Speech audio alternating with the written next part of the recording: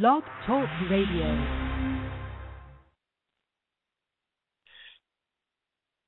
Hello, everybody. This is Nature of Reality Radio on November 27th, 2013. I am your host, Andrew Fisher, broadcasting from the suburbs of Philadelphia, Pennsylvania. Tonight we're going to have UFO researcher and alien researcher and also nuclear physicist, don't forget that, Stanton Friedman on the show. Fascinating individual. I learned a lot about him from the History Channel, of all places. Well, they sometimes do give out good information. The History Channel does. Not always. But the fact is, Stanton Friedman has appeared on a lot of UFO hunters and UFO even some UFO Files episodes on the History Channel. And even though the History Channel is in many ways a disinformation campaign, there were some things in those shows that were revealed about aliens and UFOs that apparently was enough to get the UFO Hunters show kicked off of the History Channel. Well, whatever the reason may be that they got kicked off, I'm also familiar with Stan Friedman's work. Many of us are familiar with his work from the many videos on YouTube that feature his work. One channel in particular that I would recommend to everybody is the UFO TV Studios YouTube channel. That's UFO TV, those 5 letters, and then the word studios after the V. It's all one word in one, UFO TV Studios YouTube channel. Great channel. They cover a lot more than just UFOs, by the way. So if you want to learn a lot about the nature of reality, I would recommend that channel to anybody. Stan Friedman's work is featured prominently on that station, on that YouTube channel, in particular a 2-part series called Flying Saucers Are Real, and also a video which has the word smoking gun in the title. Boy, when you can see the word smoking gun, you know something's got to be interesting. So, well, I see I have Stanton Friedman apparently on the line. I told him I'd like to take the first 15 minutes to cover news and whatnot, so I absolutely must do that. Boy, where to start? Well, one place I can start is I was in Dallas on the 50th anniversary of the JFK assassination this past Friday. And before I get into the real serious business, let me start off by pointing out that I was assaulted. Oh, sorry, that's a really serious business. It just came out because the memory is so with me. But okay, we were not allowed in the Dealey Plaza area because the only people that were allowed there are people who believe that Lee Harvey Oswald was a lone gunman and they had to be invited there. Total violation of our unalienable and First Amendment right to freedom of assembly and also right to petition the government for a redress of grievances. The official story of the JFK assassination insults the intelligence of a 10-year-old. It's been demolished by researchers all around the world because Oswald could not fire 3 bullets in 6 seconds with the gun that he had, and JFK's head was not seen to move violently forward, as one Dan Rather once told us on November 25th, 1963. I believe he actually said he misled people with that. But regardless, we were not allowed in that area. We had to go listen to all the ceremonies, and then around 2:30, the protesters, which included Alex Jones and his friends at InfoWars, were allowed there. We were double-crossed. We were told we could go into the area around Dealey Plaza. The Dallas police, who, by the way, were not going to harm us, they were completely not aware of what was about to happen, opened the blockades. And then before we knew it, a bunch of federalized sheriff's deputies dressed in goonish black outfits came up and started shoving us back violently. Some of the videos you saw, you could see man getting choked, a girl getting assaulted. Alex Jones said he got punched in the belly by this fat, short, 5'4", 400-pound cop who really looked thuggish. My God, it was quite disturbing. We got it on film, and I got some footage after all the violence happened to show the police blockading us.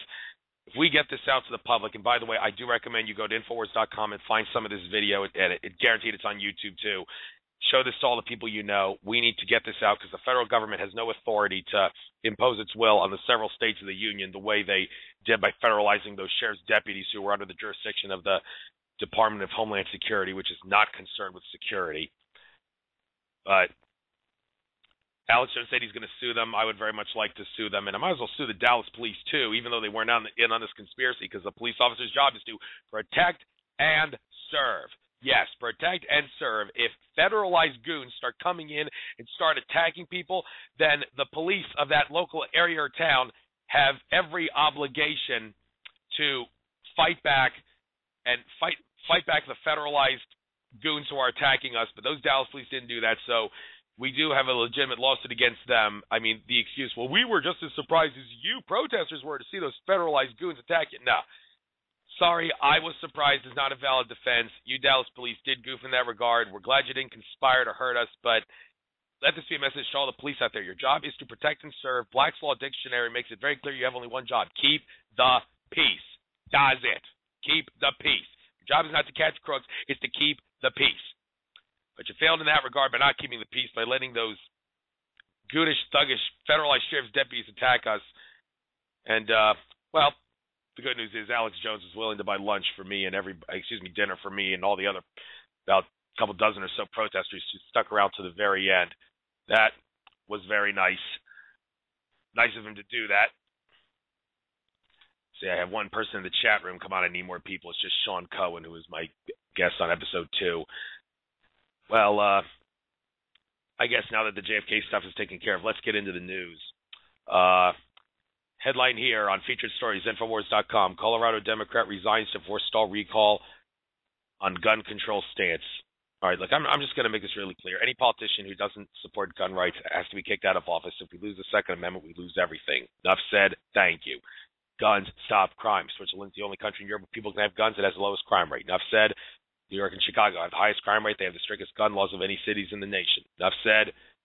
And here's the next article. Gun registration leads to confiscation. Well, duh. When you register something with the government assumes it belongs to them.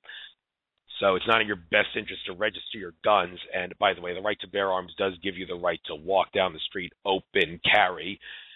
You're probably going to get the cops called on you because somebody's bound to be paranoid. But still, it is your right. Facebook wants to listen to your phone calls. Well, duh, they're a front for the New World Order. Facebook wants to track everything you do. I've actually been banned off of Facebook a lot recently because I've been spreading the word about that video, Secrets Police Don't Want You to Know, that who was supposed to be my first guest, but he didn't call in, Eddie Craig, made the presentation of that video. I've been posting that on police department Facebook pages, and I have to be making new accounts because I keep getting banned from Facebook for posting that on police department Facebook pages.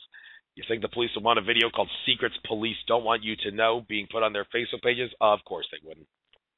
But, by the way, I recommend everybody watch that video. It teaches you a lot about how they stole billions from us. What else do we got here? Is Xbox Connect listening to your Skype calls? Oh, yeah, of course it is. More NSA stuff. And lawyer says U.S. intel agencies perpetuating fake war on terror. Well, of course the war on terror is fake. It's been fake since 9/11 because, well, I don't really need to get into that, but listen to what I talk about in episode 1 if you want to know the deal with that. And Microsoft denies monitoring Skype calls after banning users for bad language.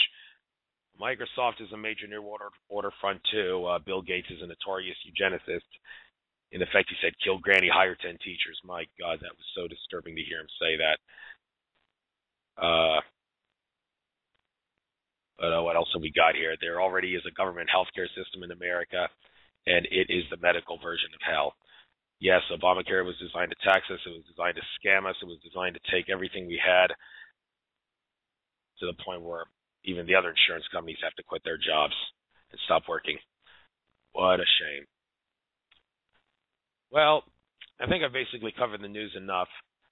And Sean tells me it is Thanksgiving. So that means a lot of people, the day before Thanksgiving, so that means a lot of people won't be listening. But still, this will be going public afterwards. So I guess without further ado, I will let this caller on. I think it's Stanton Friedman, but I am not sure. Let's just see if it is. Hello, area code 011. Is this Stanton Friedman? It certainly is. Hello, Stanton. Yeah, how you doing? Thank you for coming on my show.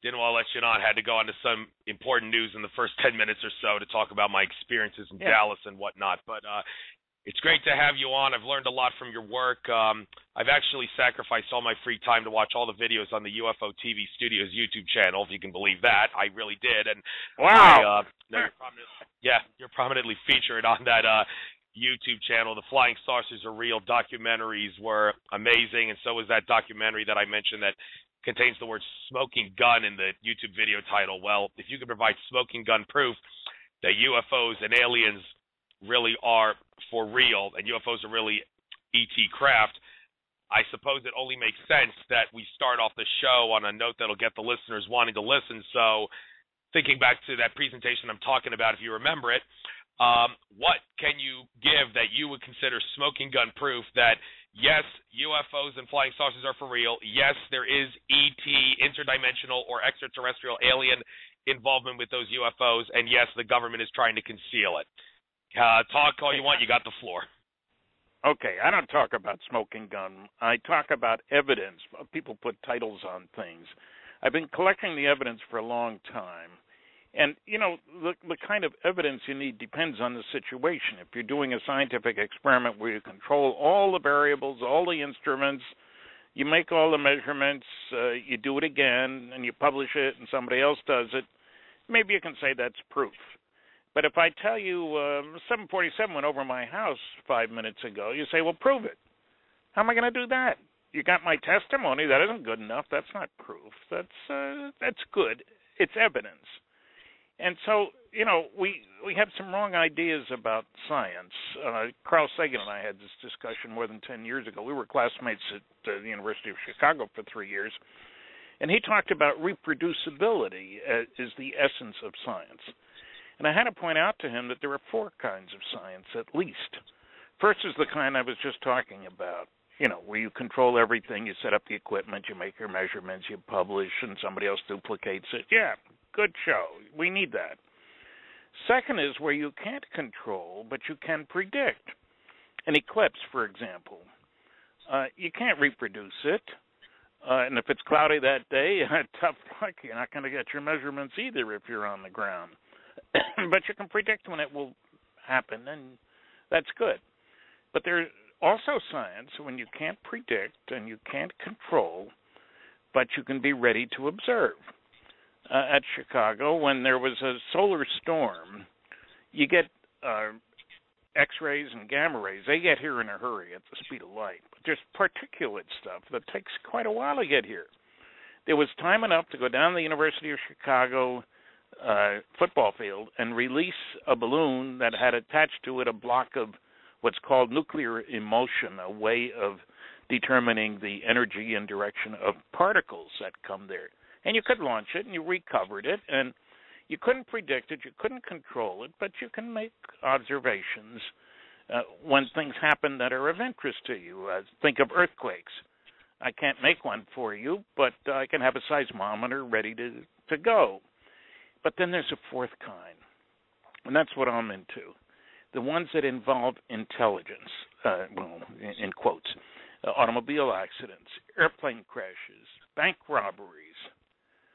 We know they happen. Over 30,000 people will be killed this year in automobile accidents, but we don't have cameras at every corner to be able to record them. Unfortunately, I suppose. I don't know who would pay for that.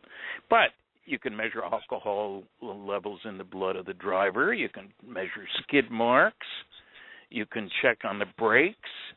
There are a lot of things you can do to give you a picture of what's going on or what went on. Bank robbers. Even if you don't have the cameras going, if you take a dozen witnesses and ask your questions carefully. One of the problems on the UFO scene is that a reporter will ask a witness, how big was it? Well, I don't know. There's no way to measure. Well, would you say it was the size of a Volkswagen? Well, yeah, that's not too far off. How far away was it? Well, I don't know. There's no way for me to say. Half a mile? Well, could have been. And you go down the line, and pretty soon the next day's paper says, witness says Volkswagen-sized UFO 200 yards up and a half mile away. Well, witness didn't say that at all. And the scientist reads that and says, oh, you can't determine those things. So what you can do, however, is collect information about something like UFOs or a number of other categories of, quote, paranormal. I don't like that expression, but I guess it covers a lot of ground. One of the things I have found is that the debunkers, and there were a few of those out there, noisy negativists I call them when I'm being a little less polite, haven't looked at the evidence. Now, how do I know that? Well, I've given over 700 lectures, and at hundreds of them, I've asked after I talk about each of 5 large-scale scientific studies, give the details, show slides, etc., and then ask, how many people here have read this? I'm lucky if it's 2% who've read any. If you haven't looked at the evidence, then I don't want to listen to your opinion. Might as well throw darts at a dartboard. Furthermore, I find constant claims that are totally false but sound good. I just read one today in an article that it's meaningless. It would take 100,000 years for our fastest spacecraft to get to the next star. What is that supposed to mean? We can't go any faster than a chemical rocket? Our technology? I don't use a slide rule anymore. Does anybody think we've got the ultimate in technology? We haven't had it for very long. It's kind of like this stuff about, well, what we have to do to search for extraterrestrial intelligence is listen for radio signals. Why? SETI is really a silly effort to investigate. Our first long-distance radio signal was sent in 1901. Are we supposed to believe that there are guys out there using technology appropriate to us primitives? That's ridiculous.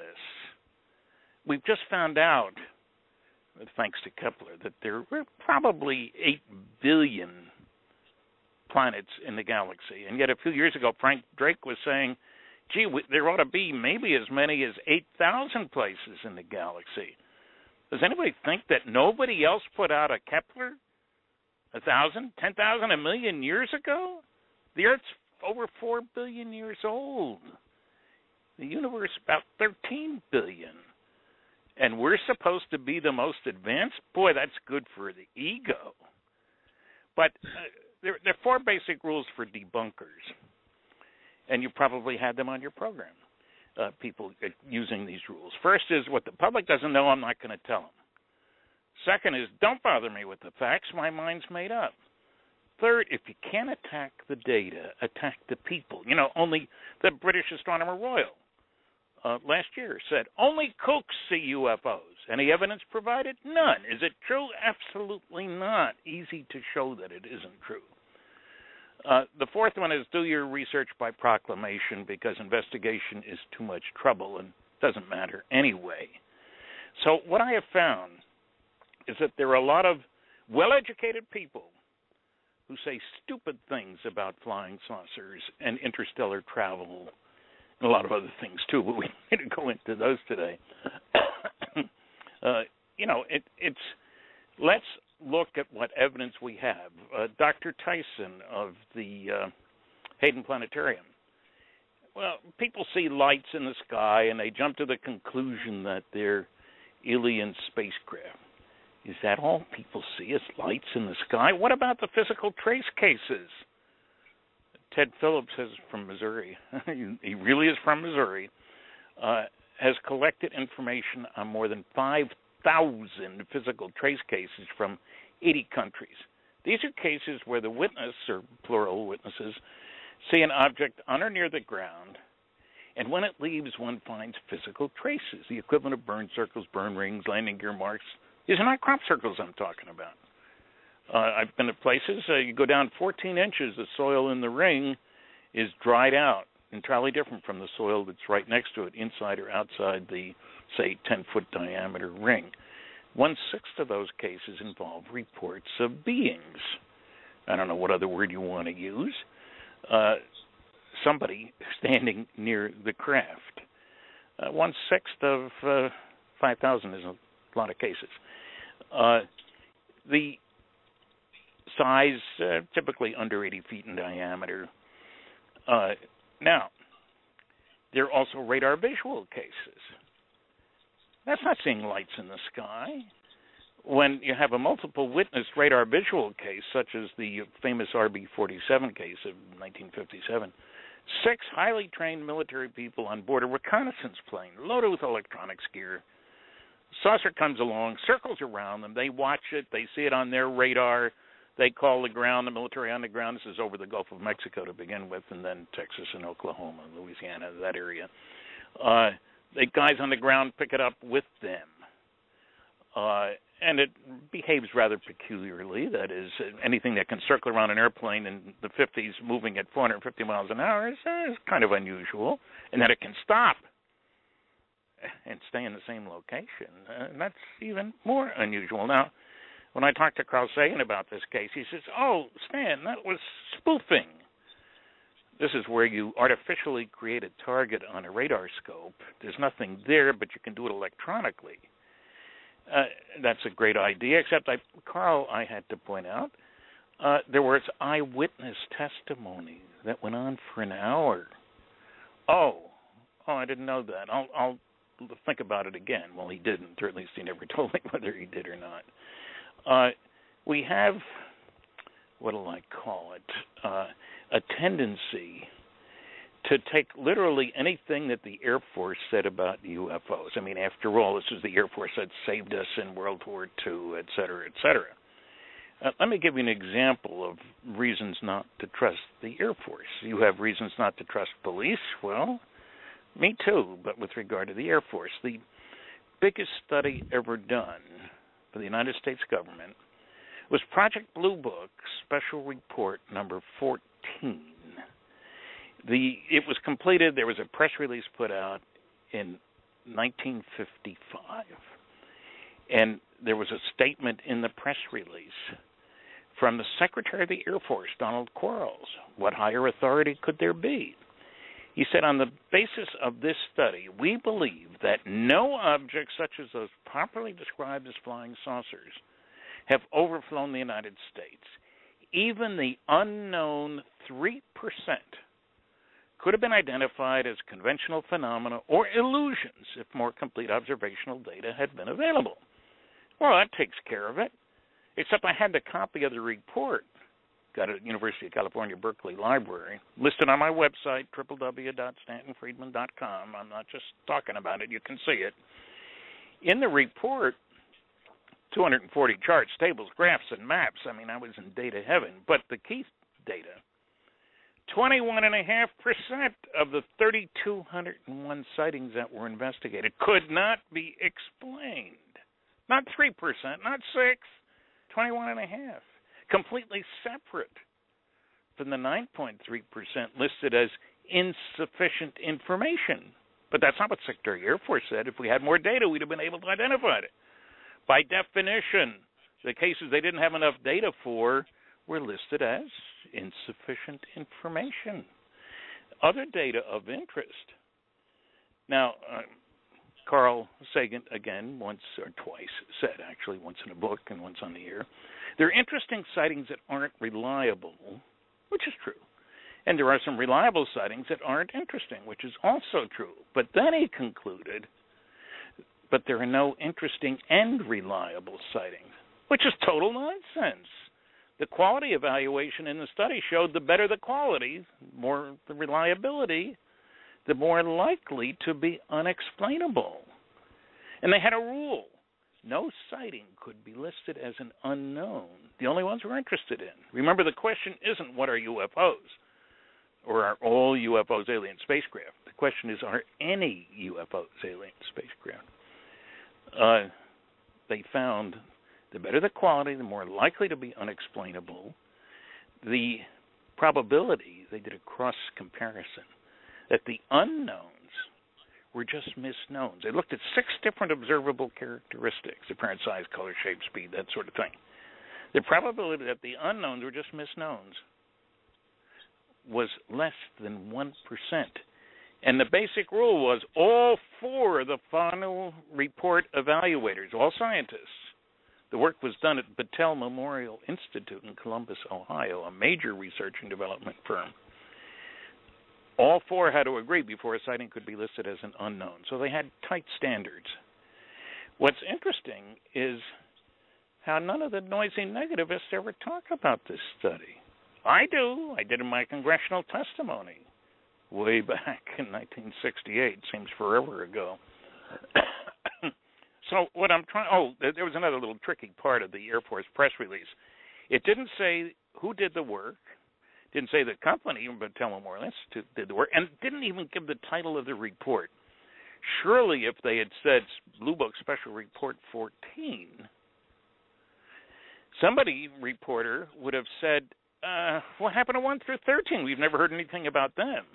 The true answer, had it been given, which it certainly wouldn't have been, was, they were classified. Nothing classified here. Now, that brings up another little minor detail. After the University of Colorado suggested in early '69 that Project Blue Book be closed, they had recommended that. Then the Air Force assigned one of its generals, Carol Bolender, an Air Force general who worked on the Lunar Excursion Module. He was an engineer, an outstanding one. I did some checking on him. Asked him to say, what should we do about Project Blue Book? And he did a little study. He had no previous connection with them, so this was objective, if you will. No bias, no axes to grind. In his memo, which went out in October 1969, he recommended that Project Blue Book be closed. And here's a couple of quotes. He said, moreover, reports of UFOs which could affect national security are made in accordance with JNAP, Joint Army Navy Air Force Publication 146, or Air Force Manual 55-11, and are not part of the Blue Book system, which is an extraordinary statement. 2 paragraphs later, another one. He said, if we close Project Blue Book, the public will have a government office to which they can report UFO sightings. However, as previously noted, reports which could affect national security would continue to be investigated using the procedures designed for that purpose. Now, I didn't see, nobody saw this memo. A guy named Bob Todd managed to get it under Freedom of Information years later. I saw it and decided maybe I could find General Bolender. Generals are easier to find than most people because their record said they're in Yan.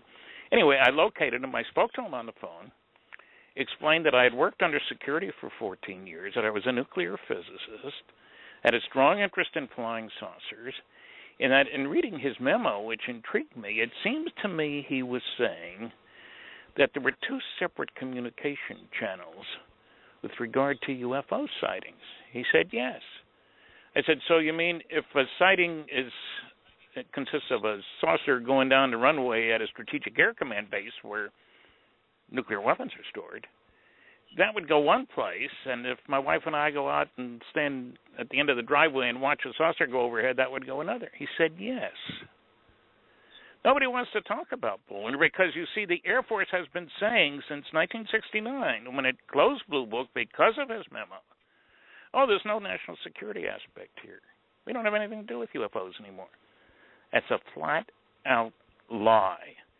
So, like you, I don't like being lied to, especially by somebody in authority. And I'm sure you've come across a few lies like that, maybe? So, there's an enormous amount of data. There are no good objections to flying saucers. One noisy one, especially from the astronomers for some crazy reason, is that governments can't keep secrets. Dr. Seth Shostak, with whom I defeated in a debate I did, 57 for me, 33% for him, 10% had no opinion. He claimed that the proof that the government can't keep secrets is how badly the post office is operated and how badly FEMA handled Katrina. Neither one of these have anything to do with national security in the sense of classified material. Now, Dr. Tyson, Neil deGrasse Tyson, Hayden Planetarium, in front of 1,800 people at Penn State University, he said the proof the government can't keep secrets is how much we know about President Clinton's genitalia. Very clever remark, having nothing to do with reality. Anybody who wants can get 156 old NSA. Everybody's heard of them now. It used to be NSA meant no such agency or never says anything, but times have changed. You can get 156 top secret Umbra UFO documents. Wow. The only trouble is you can read one sentence per page. Everything else is whited out. That's because of me. I called and asked them about getting the new release. And the reason it's whited out instead of blacked out is because Phil Klass, noisy negativist number one, claimed that Friedman never tells them when he shows blacked out CIA documents that the reason stuff is blacked out because it's sources and methods information, which is, of course, legitimately withheld from our enemies and the public as well. Of course, I do say. But so they made the NSA UFO documents whited out. That's not so sensational on television. They think they're fooling somebody. Now, I also can get you dozens of pages of CIA top secret Umbra UFO documents on which you can read 6, 8, 10 words. My favorite one says, deny in toto. They couldn't even release 8 words. It's all blacked out. And people say, well, why don't you just scrape off the black? Because they Xerox it first. They don't send you original documents. People say, well, Stan, they're releasing information. I say, can you read underneath the whiteout or the blackout? Well, no, but then they're not releasing it all. And these all date back more than 20 years. So is there a cover-up? Of course there's a cover-up. And I'm not saying some of it isn't legitimate. When people are shocked when I say, I don't want everything put out on the table. Well, why not? Aren't we entitled to know everything? No, there's legitimate national security stuff here. If we got technical data that we've learned from flying saucers that might help us, for example, detect a craft in the atmosphere, or how to go a little faster with our craft and so forth, why in the world should we release it unless Russia, China, and everybody else releases what they have? No signs of that going on. And so some people don't understand security. Some people have told me, Stan, come on, everything's released after 20 years. That's simply not true. I've been to 20 archives. There's stuff that's over 50 years old that's still classified. And you can tell because when you do get something, there's dates on it, but you can't tell what's in it most of the time. So there's a very strong case to be made. That's why I've written 5 books, to set out the facts, not the misrepresentations that you'll hear from the SETI people and others. And let me look at this question of interstellar travel. Now, why would you expect an astronomer to know anything at all about propulsion system design? That's not his bag. Let me give you an example. Dr. Campbell in 1941 was sick and tired of all these science fiction writers talking about going to the moon. That's absurd, he said. So he published a paper in a scientific journal. And his objective was to try to determine how heavy would a rocket have to be to get a man to the moon and back. Now, admittedly, that's a useful thing to know. You know, what size monster do you have to build?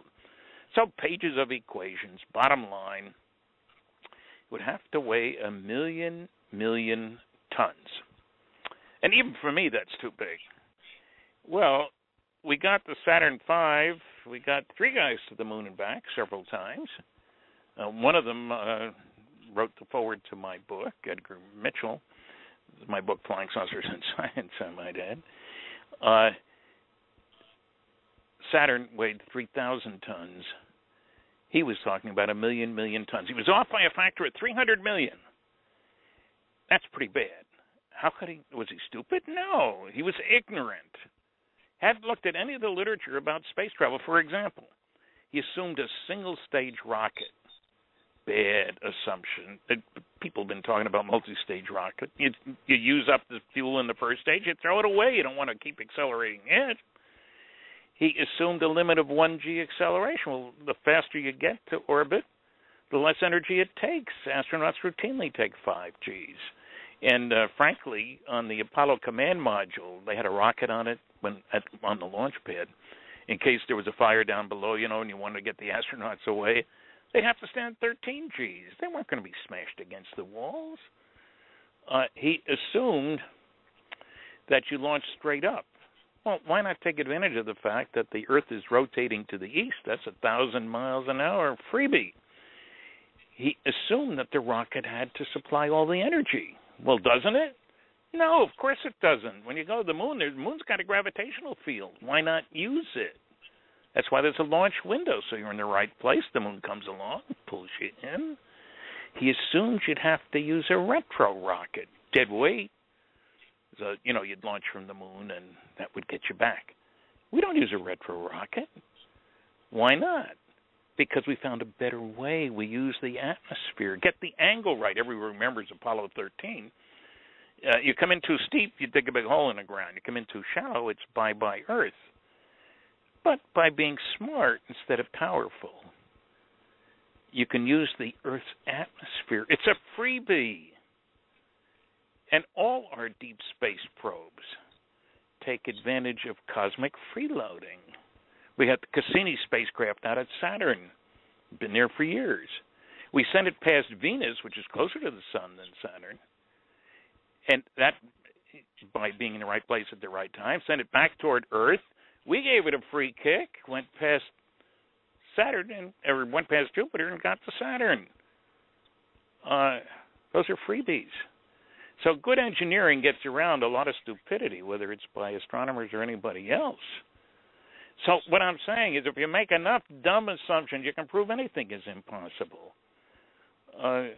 Don't tell me it will take 100,000 years. Dr. Tyson said our fastest rocket would take 70,000 years to get to the nearest star if it was headed in the right direction, which it isn't. So, we scientists like to get our data sooner than that. It doesn't have a propulsion system on it. It's like saying if I throw a bottle into the ocean, that tells me how long it takes to cross the ocean, or release a balloon. It tells me how long it takes to fly across a certain distance. What I'm saying is, if you start looking carefully at evidence on all aspects of the problem, the cover-up, can you get there? Can man stand the acceleration? There's one book that says when you get to 9 Gs, you die. The title of the book was Physics for People Who Don't Think They'd Like Physics. I don't like the book because that statement is nonsense. Guys have taken 30 Gs and lived to tell the tale. Oh, you better wear your seatbelt. And perhaps people have noticed. When we launch astronauts, we launch them on their back. Now, why is that? Not like in an elevator, in other words. Because the human body, the way it's constructed, you can stand a lot more G's back to front than foot to head. That's the real world, not the imaginary world. One guy calculated an enormous weight for a rocket. He assumed you had to carry the fuel for the whole trip, every bit of the way, and that you kept accelerating after you got to a high velocity. It's like saying the 747 keeps accelerating when it gets to altitude. It doesn't. It cruises, which takes much less energy than accelerating. So what I'm saying, in a long-winded sort of way, since you asked for it, there are no good objections to flying saucer reality. There are lots of people who haven't studied the evidence, and the SETI people have the vested interest. If aliens are coming here, they lose their job. What's there to listen to? Better learn sign language, communicate with the guys who are landing. Virus database has been updated. And, it's kind of crazy. People assume that if aliens were coming here, well, they'd land on the White House lawn. Really? Does the President of the United States speak for 7 billion Earthlings? Not the last time I checked, he doesn't. And as you would be happy to say, he doesn't speak for 310 million Americans all the time either. So the saucer question is important because it means, I hate to say this, we're not at the top of the heap. Man has fooled himself into thinking, hey, we're it. The only planet in the galaxy. We didn't even know there was more than one galaxy until the 1920s. That's where Hubble came into the picture. We're it. We're the smartest it's ever been because we're the only ones that have ever been. Matter of fact, Pat Robertson states that all the intelligent life in the universe is on Earth.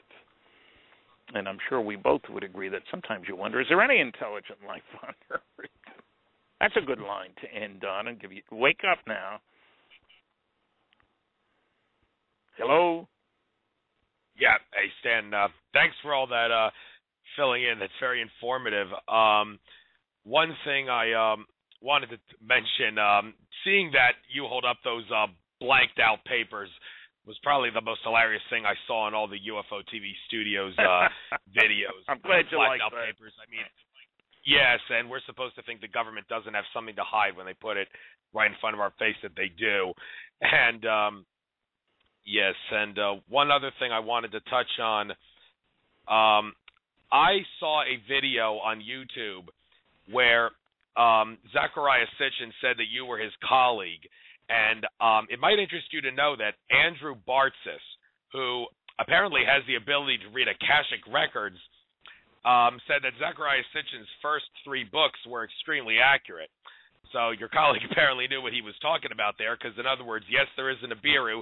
Yes, that's where the Anunnaki come from. And yes, wink, wink, the Anunnaki genetically engineered early man to create humans as a slave species. He did say that Sitchin was wrong about the reason they wanted the gold. It was not to shield the atmosphere of their planet Nibiru, and it was something about using the gold as an energy source to increase their consciousness. But there has been a lot of debate over the accuracy of Sitchin's work, and if you don't feel comfortable talking about this because you have a lot of respect for him, that's fine.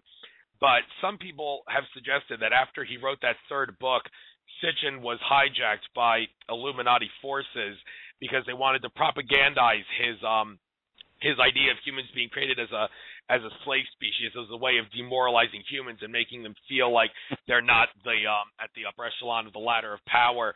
And 33rd degree Freemason Leo Zagami said in an interview that Sitchin was a disinfo agent who got help from the Vatican. And to make things even more creepy, Arizona Wilder, a mind control Illuminati slave, told David Icke that Sitchin was a shape-shifting reptilian who had the job of disinforming about the reptilians and the Illuminati. And Icke said, well, that would explain why Sitchin warned me not to say anything about the reptilians in my work after I asked him why he never said anything about the reptilians in his work. So, okay, if Andrew Bartzis says that Sitchin's first 3 books were accurate, well, I can believe that.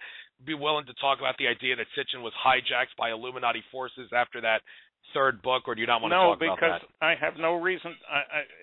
At best, I would put that in my gray basket. At worst, I'd say that's ridiculous. We were colleagues in the sense we've spoken at the same conferences, but I have never really written about his work. I'm impressed with his being a scholar, not somebody who is, off at the deep end somewhere. But I can't say he was hijacked. I can't say he wasn't hijacked. Absence of evidence is not evidence for absence. I hate to say that, but it's true. And that's one of the problems in this field is that you get some professors acting as though since they don't know about it, it can't be real. I have a book, Science Was Wrong. How's that for a title for a nuclear physicist? I co-authored with Kathleen Marden. We have 14 chapters, each one really stimulated by some very smart guy with lots of degrees, usually, and not quite always, saying that something was impossible and being wrong. The British Astronomer Royal said space travel is utter bilge a year before Sputnik went up. The greatest astronomer in the country said a lot of years ago that if there was one thing he was certain of, man would never fly any distance in a vehicle. That was 2 months before the Wright brothers' first flight. He was such an important astronomer that the president attended his funeral. 1903 is when he made the comment. So we got to be very careful about people making claims, and I don't want to refute a claim if I haven't done a thorough study. That seems the only way to be a scientist about it. Now, I must admit that I have another bias that many people don't have. Because I was in the nuclear business, I learned early on that sometimes a very small percentage of stuff is what's important. 99.3% of uranium atoms are not uranium-235. That's the one you want to use to make a bomb or a reactor out of. It's that other 0.7%, boy, is that what matters. And we spent a lot of money during the war. Another secret project, the gaseous diffusion plant at Oak Ridge, was a mile long, built in the early 40s. And the idea was to enrich the uranium by having uranium in gaseous form be pumped through tiny holes in big sheets of nickel. And by the time I got to the other end, because 235 is lighter in weight than an atom of uranium-238, gradually you get more and more U-235. We were using 5% of the electrical power being produced in the United States to operate that plant in secret, I might add, for those who think we can't keep secrets. Big project. Lots of people in secret. That's not the only one, of course. There are many. Maybe keeping the truth about the Kennedy assassination is one. Yes, and there's another reason why governments can keep secrets. It's because, well, a lot of the people on planet Earth are so stupid that they will refuse to believe something disturbing or shocking, even if the evidence shows they have no choice but to believe it. I mean, there's many examples of that I can get into, but sure, that would probably cause us to digress a little bit. But another thing that is of the utmost importance to cover in this episode, I heard you once say that the History Channel, as good as some episodes of UFO Hunters were, you said they totally screwed up the Roswell thing. Now, there's a lot of people who want to know what happens at Roswell. I mean, I think maybe Andrew Bartis, who can read the Akashic Records, may be the only person who knows what actually happened at Roswell, but maybe you might beg to differ. What is your take on Roswell? Well, complicated, it sounds like a simple question. It's complicated because I am convinced, as the initial civilian investigator of the Roswell incident, that does not mean I was there in 1947. I was only 13 at the time. But I'm the first one who talked to Major Jesse Marcel, who was the intelligence officer at the Roswell Army Airfield, which was inhabited by the 509th, which was the most elite military group in the entire world. They dropped the atomic bombs on Japan. They dropped 2 more in Operation Crossroads in the Pacific the next year. My take, and it's a lot of people's take, but is that a saucer was wreckage. Let me rephrase that. Wreckage of a saucer was observed originally by a rancher who brought some pieces in 75, 80 miles outside of Roswell, depending on how you drive. Brought pieces into the base because into the sheriff, because he had heard from friends in Corona, a small town, which is really the closer to where the event took place. And they loved me there because my book is Crash at Corona. Forget about Roswell, it said on the theater marquee. It all happened here. Anyway, the rancher who was close to Corona was with his buddies at the general store there, and they told him about people seeing flying saucers after he complained about he had a large area, 3/4 of a mile long, according to others, 1/4 mile wide, in which all this wreckage was, and his sheep wouldn't cross the debris field. And they needed water. This is out in the desert, no trees around, it's dry and hot. And they told him that he didn't get a newspaper, he didn't hear the radio, he didn't have electricity, that there was a reward offered for pieces of one of these saucers people were seeing. Well, he didn't see it intact, but they said, why don't you go to the sheriff's office and see if you can collect a reward, bring the stuff with you. So he went, talked to the sheriff. The sheriff called the base. Major Jesse Marcel, the base intelligence officer, talked to the rancher, looked at this very strange wreckage, and went back and told his boss, Colonel Blanchard, this is weird stuff, don't know what it is. And Colonel Blanchard says, why don't you follow the rancher out to his place? No way to tell anybody how to get there. It's in the middle of nowhere, no road really, cross-country part of the way. Take one of our counterintelligence corps guys with you. Colonel Blanchard was worried about spies. Roswell, as the home of the 509th, which had atomic bombs and nobody else did, was a great target for spies, after all. And so Jesse and Captain, Cabot was his last name, Cabot, followed the rancher out, stayed overnight in their sleeping bags. The next day, see this load of wreckage, and Jesse told me in our first conversation that, there was nothing conventional out there. He had seen crashed aircraft in the Pacific. He served there, as did most of the 509th. And, you expect wires, you expect vacuum tubes, you expect the tags that say made in Oshkosh, stuff like that. And there wasn't any of that.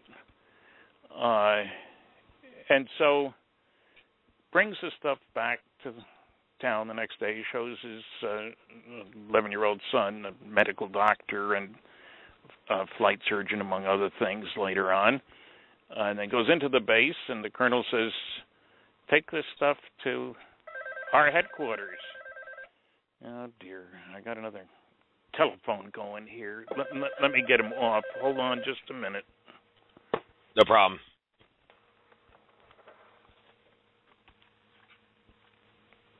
Hello.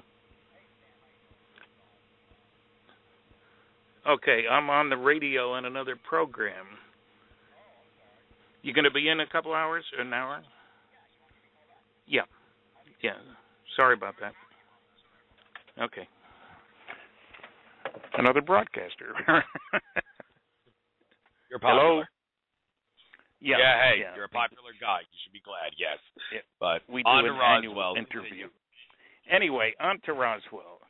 Okay, now let me tell you how I found out about it, because there's a lot of malarkey out there about that. Why did he go rushing to you? He didn't. I happened to be in Baton Rouge, Louisiana, to give a lecture at Louisiana State University. Nothing unusual about that. In my life, I've given over 700 lectures. Anyway, the university had brought me to the local television station to help publicize the lecture that night. This is in 1978. And so I was supposed to do 3 interviews. I did the first 2. And the third reporter was nowhere to be found. The station manager's giving me coffee. He's looking at his watch. He's nervous. He wanted the interview because I guess he had it scheduled in his programs. But he knew the people who brought me there and knew I had things to do for them. And out of the blue, nobody else around, he says, the guy you ought to talk to is Jesse Marcel. Being the brilliant investigator I am, I said, who's he? And his next sentence changed my life. He handled wreckage of one of those saucers you were interested in when he was in the military. What? Where'd that come from? He was obviously being serious. There wasn't anybody around. There were no jokes being made. I said, well, what do you know about him? He lives in Houma. Well, that didn't tell me anything because I didn't know where Houma was. I've been there since to talk to Jesse. He was long deceased. We're old ham radio buddies. He's a great guy. You ought to talk to him. And I found out later. Jesse, I asked him years later, what did Jesse tell you? He didn't tell me anything. I'd seen the article in the New Orleans paper and asked him about it, and he said, I can't talk about that. Anyway, I had that story. I shared it with a colleague, Bill Moore. He had a second story. An English actor, as a matter of fact, Huey Green, had an article in the Flying Saucer Review, a UK publication that's still around, incidentally, in which he said that he was driving across the United States from Los Angeles to Philadelphia when he heard on the radio about a crashed saucer in Roswell, New Mexico. Oh, the question was, when did he say that? Well, Bill talked to his son, lived in Canada. I found out early July 1947. Jesse didn't have a specific date, and I knew 47 was a very big year for UFO sightings, the first year in which there was a lot of attention paid. Bill went to the University of Minnesota Library, periodicals department. There was a story, verified what Jesse had told me, gave us names of other people. And from there on, we, in the next year and a half, talked to 62 people in conjunction with the case. It was expensive. I know it's hard for your audience to believe, but it was before the Internet. So we had to do it the old-fashioned way, information, make a lot of phone calls, et cetera, et cetera. And one interesting thing is operators back then knew something about the area. So you could say, is that a nice part of town? Oh, yeah, that's a very nice part of town. Good to know things like that. Anyway, the first book came out in 1980. We kept at it. By 1986, we'd located, 92 witnesses. So we've been working at it, and yes, there's a lot of baloney out there. And it's kind of funny, the structure of the baloney, if you will. Delicatessen couldn't do any better. Joe Nickel, who's the chief investigator for the Skeptic Society, he's got 3 degrees in English. That makes him a scientist, I guess. We were doing an interview. I was in Roswell. He was in Los Angeles. There was somebody else. We couldn't see each other, but we could hear each other. And he was asked what happened at Roswell.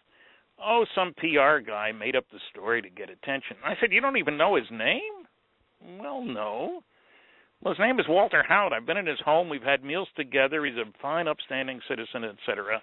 The notion that the PR guy for the most elite military group in the world would make up a story like that is utterly absurd. He'd be in the brig in 2 minutes. Well, funny thing, 9 years later, the Committee for the Skeptical Inquiry had a cover story in their publication, New Scientific Data on UFOs. Ha! What do they say about Roswell? An unnamed PR guy put out an unauthorized press release. The same baloney. Boy, that structure, spoiled baloney, I would call it, frankly. So, and there are a lot of other these stories. And look, I met with Jesse. I was in his house.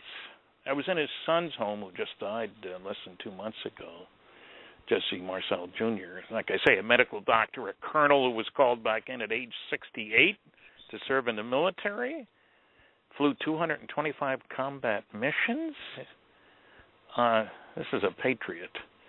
He wasn't the oldest guy. There was a psychiatrist who didn't fly any combat missions over there. But Jesse's were pretty special people. And so, sure, did every witness tell the truth? Probably not. Their memories are fallible. We did find the newspaper stories. The present congressman in Minnesota, we were on a show, and I had sent a bunch of newspapers from the 47 announcement, said, well, it couldn't have been much of a story if it only appeared in the Roswell paper. I'd sent him copies of the Chicago paper, the Los Angeles paper, the San Francisco paper, the Sacramento paper, Spokane paper. He hadn't read them. I checked with the people to make sure they'd given him our stuff. So you get a lot of baloney, and it's unfortunate, but apparently we recovered wreckage of an intelligently controlled extraterrestrial spacecraft, and some people don't want to believe that. That's their problem. How about doing the research first instead of expressing a belief first, which is what happens most of the time. Now, I don't know what your guy who reads the Akashic Records says. I have no idea. What did he say? About Roswell? He didn't mention anything about Roswell. I was just saying he would know because he has access to the Akashic Records.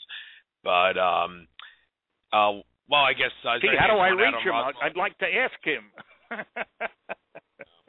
His name is Andrew Bartzis. He's kind of hard to find, though, because people ask him tons of questions.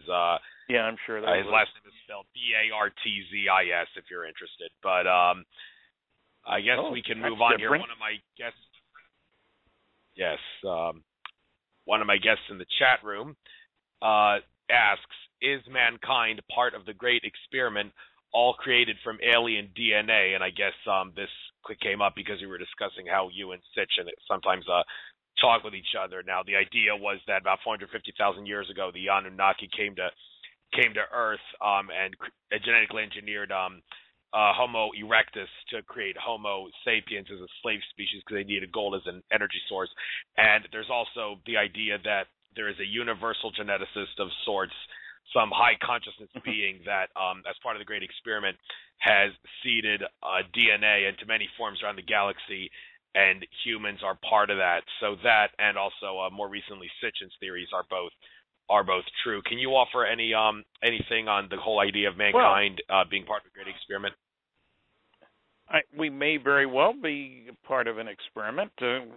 People set up colonies here. How come there are so many different languages here and different colors and stuff like that? You know, it's a complicated world. Most people, say in North America, are there because somebody migrated here, crash landed here, if you will. Then, of course, this could be a penal colony. They could have dumped all their bad boys and girls here, and that's why we're so nasty to each other. Down in Australia, they're very proud of their convict ancestors, for example. So I don't go for the notion of some giant geneticist or some very special geneticist playing games, setting up colonies everywhere. The aliens look humanoid, but and you mentioned reptilians before. I never talk about reptilians, even though I've heard a number of stories. It wouldn't surprise me if there were beings from a lot of places. All the local libraries, Earth, nice place to visit, or be punished. Spend 2 weeks near Earth. And it's punishment to last a lifetime. Who knows? They may be radio broadcasters, the weekly show. Idiocy in the Boondocks. We certainly have provided enough idiocy. Now, and, you know, some people get at me for this, but I try to point out, from an alien viewpoint, we're clearly a primitive society whose major activity is tribal warfare. I mean, World War II, we killed 60 million of our own kind. We destroyed 1,700 cities. We are not nice guys. This year, we will spend $1 trillion on things military, even though every single day, thousands of children die needlessly of preventable disease or starvation.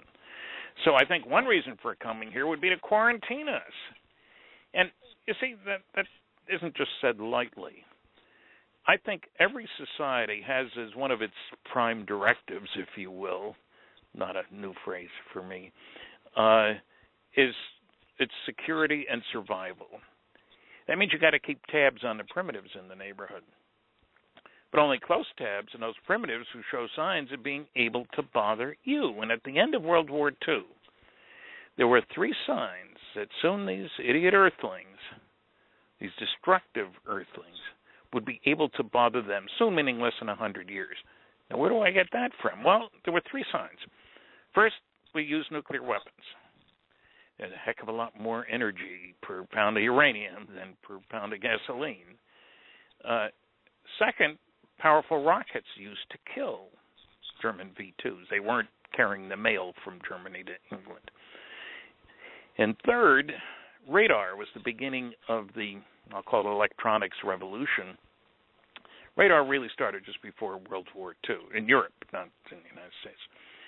You put those all together, in less than 100 years, these idiot Earthlings will take their brand of friendship out there.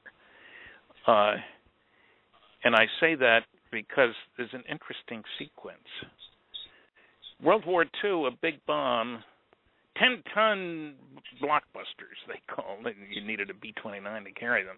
Released the energy at 10 tons of dynamite. That was in 44. In 45, we upped the ante. First atomic bomb, 18,000 tons of TNT energy release. 7 years later, boy, we worked fast. Fusion device, H-bomb. It was called Mike, incidentally. Don't ask me why, because I frankly don't know. 1952, exploded in the Pacific, released the energy of 10 million tons of TNT. Now, the Russians, a few years later, set off one that was 57 million tons of TNT energy release. Now, I worked on a study of fusion propulsion in 1961 at Aerojet General Nucleonics. Our boss was the guy who was head of the Oak Ridge National Laboratory fusion program. So the stars are within reach if we want to spend the money. I'm not saying we should. Lord knows we got plenty to spend here, feeding those kids, etc. But I'm just saying we finally have joined a little bit of the advanced beings. Every smart guy in the universe knows that almost all the energy in our galaxy, in the universe, comes from nuclear fusion. That's what makes the stars tick. I'm not saying there aren't anything more advanced, because progress comes from doing things differently in an unpredictable way. The future is not an extrapolation of the past. A laser isn't just a better light bulb. Entirely different physics. I worked on fission rockets. They're not just better chemical rockets, entirely different physics.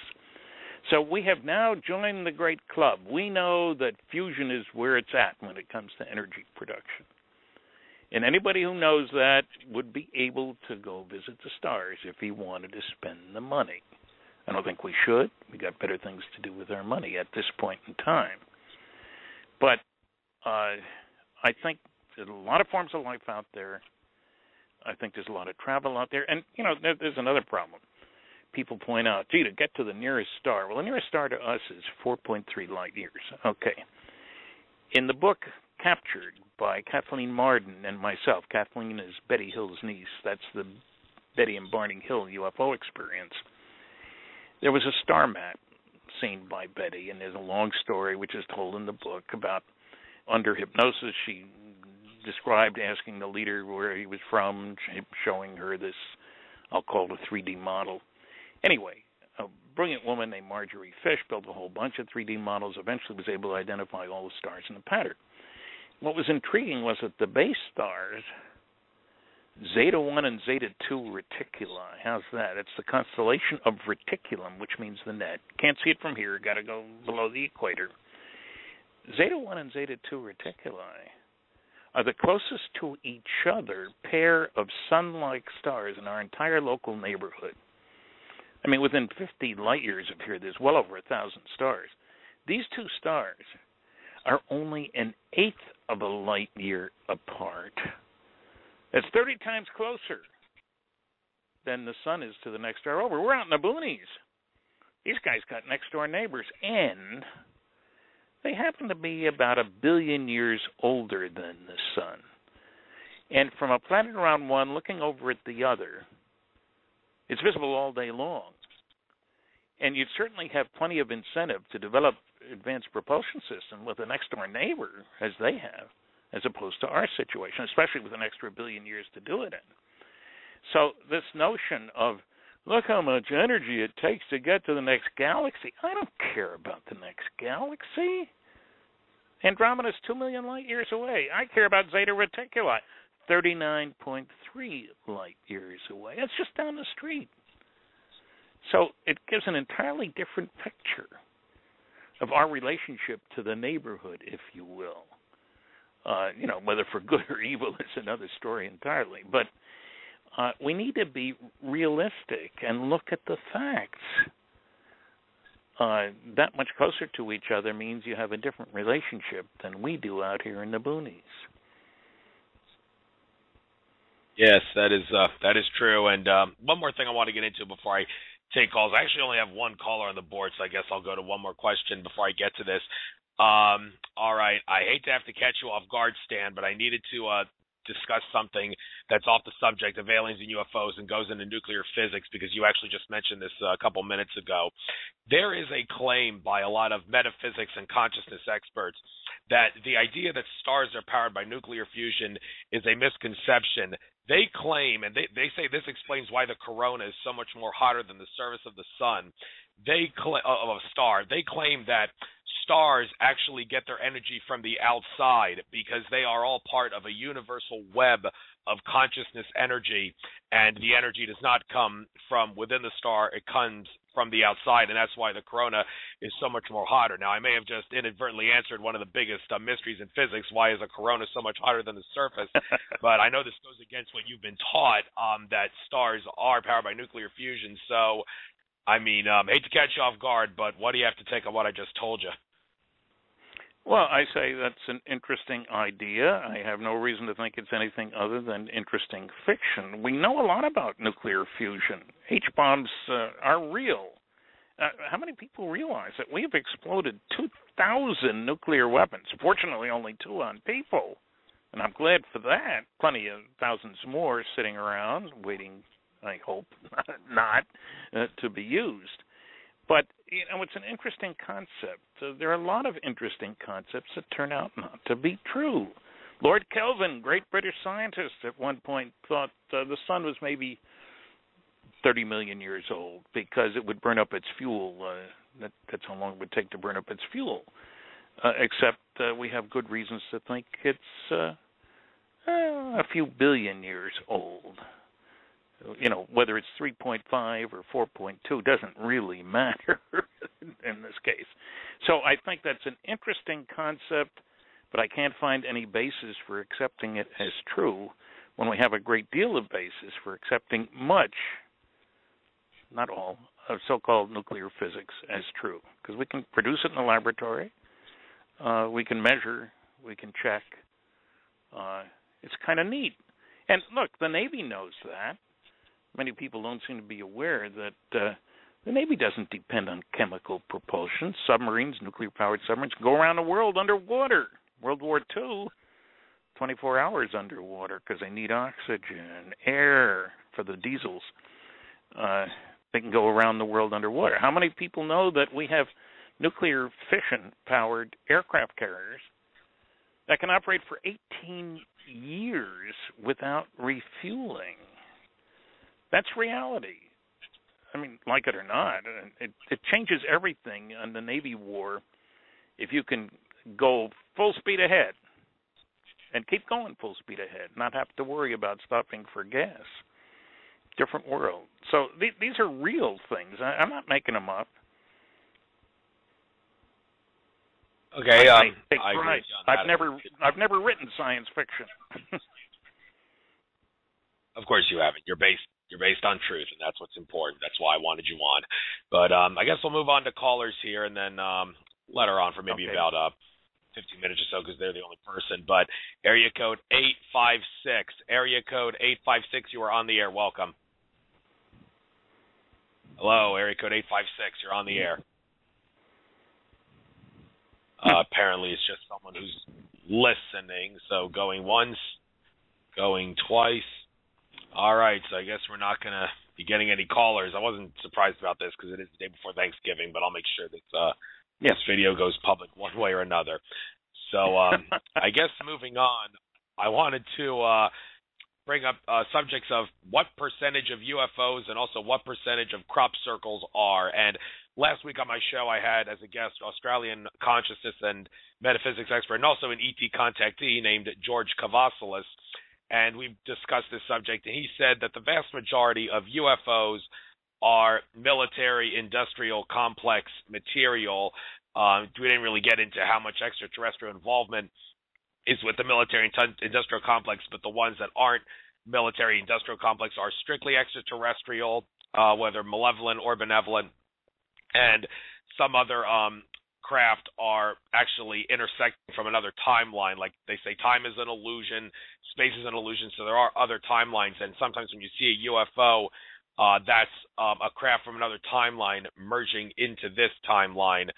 But would you agree, based on your research, that the vast majority of UFOs are military-industrial complex and not 100% totally? You wouldn't? No, well, I'm certainly not saying they're 100% alien or extraterrestrial, whatever term one wants to use. Of course not. Typically, 10 to 20% of the sightings are, I'll call them ET for want of a better phrase.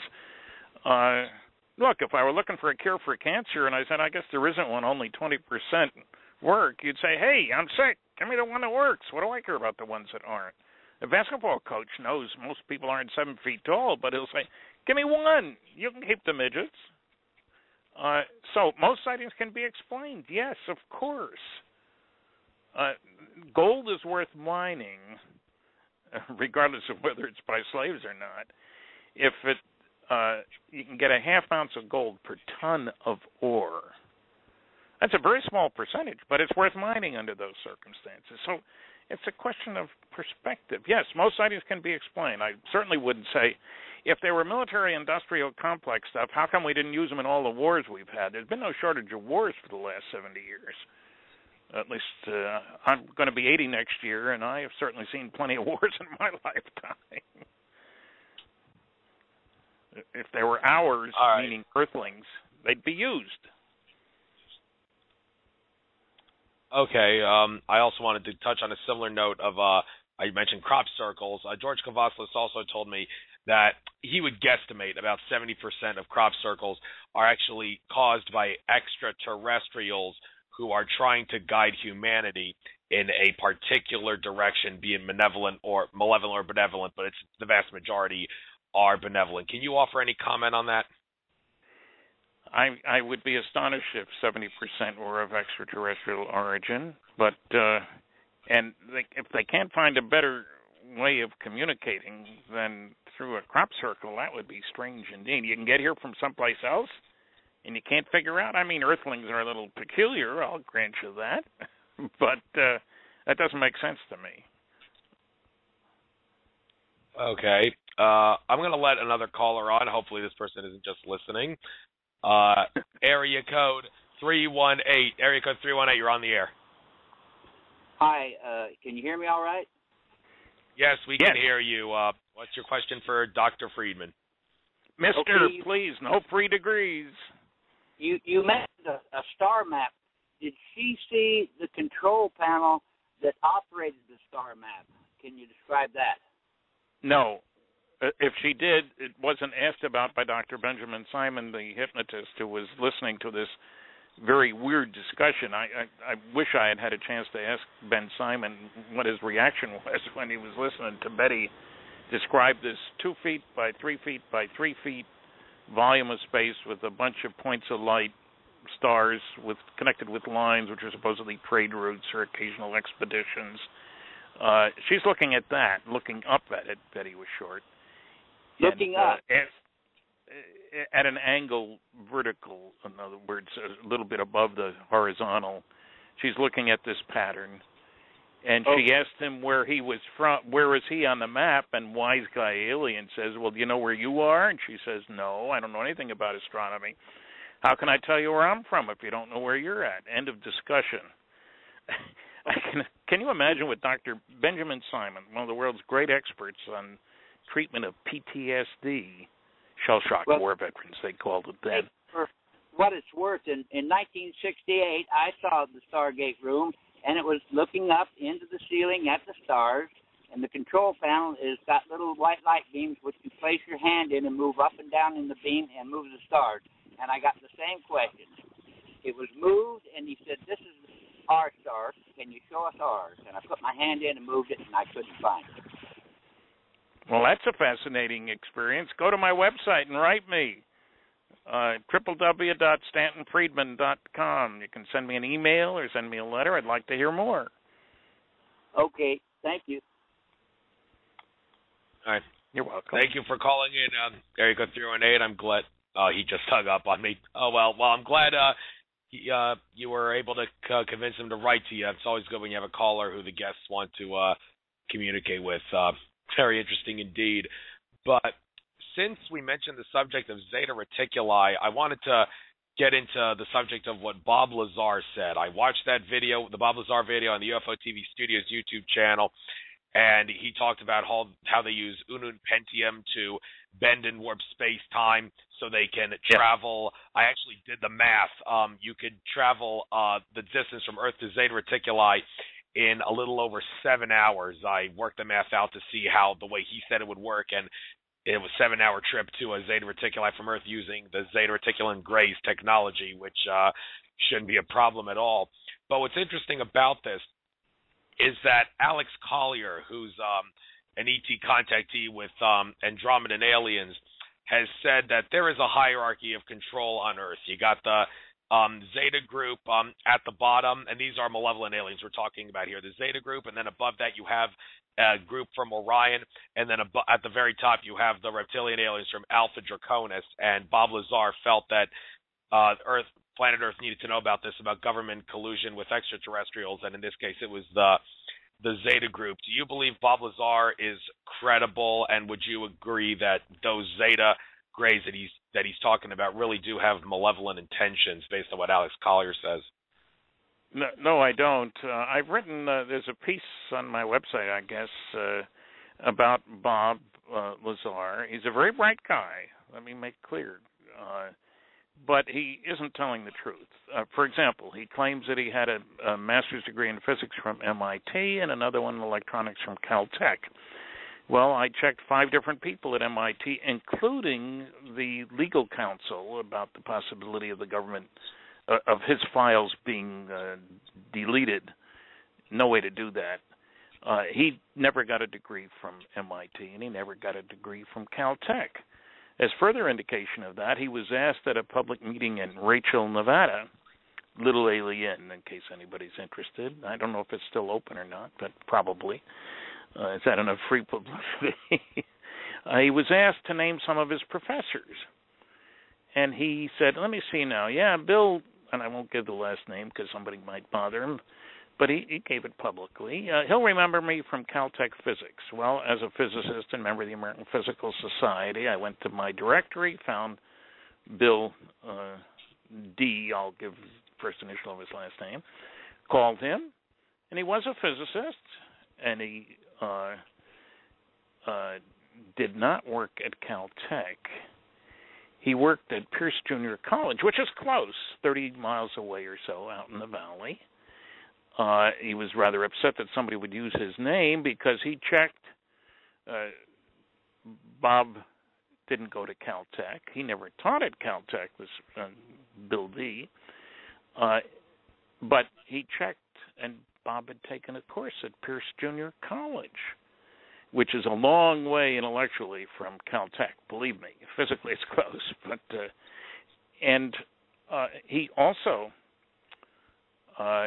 claimed that element 115 was at the basis of this whole business, and its half-life. He said Los Alamos had 500 pounds of the stuff.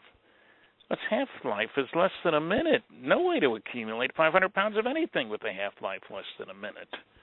I talked to his high school, and they said, call us back, we'll check. I said, I've got some different sources of information. Give me different studies, different results. So I checked, and the gal there dug out his files, and I talked to her, and yes, he did go there in the year that I thought he had graduated. And she said he graduated in August, not with his class. Now, that normally means you flunked a course or two. And I said, well, how much science did he take? Or I guess I put it differently. I said, he did take a lot of science courses, didn't he? And she says, chemistry. And I weighed a beat or two and said, what else? Chemistry. Oh, okay. Now I know he didn't go to MIT, but that's we'll keep going. I said, well, he was valedictorian, wasn't he? He never said he was. I was, and I was accepted at MIT from Linden, New Jersey High School a very long time ago. I couldn't afford to go. So I was kind of resentful that somebody would claim that he had gone there. A couple of my buddies could afford to go. And I said, well, was he valedictorian? She said, no. Top 10? No.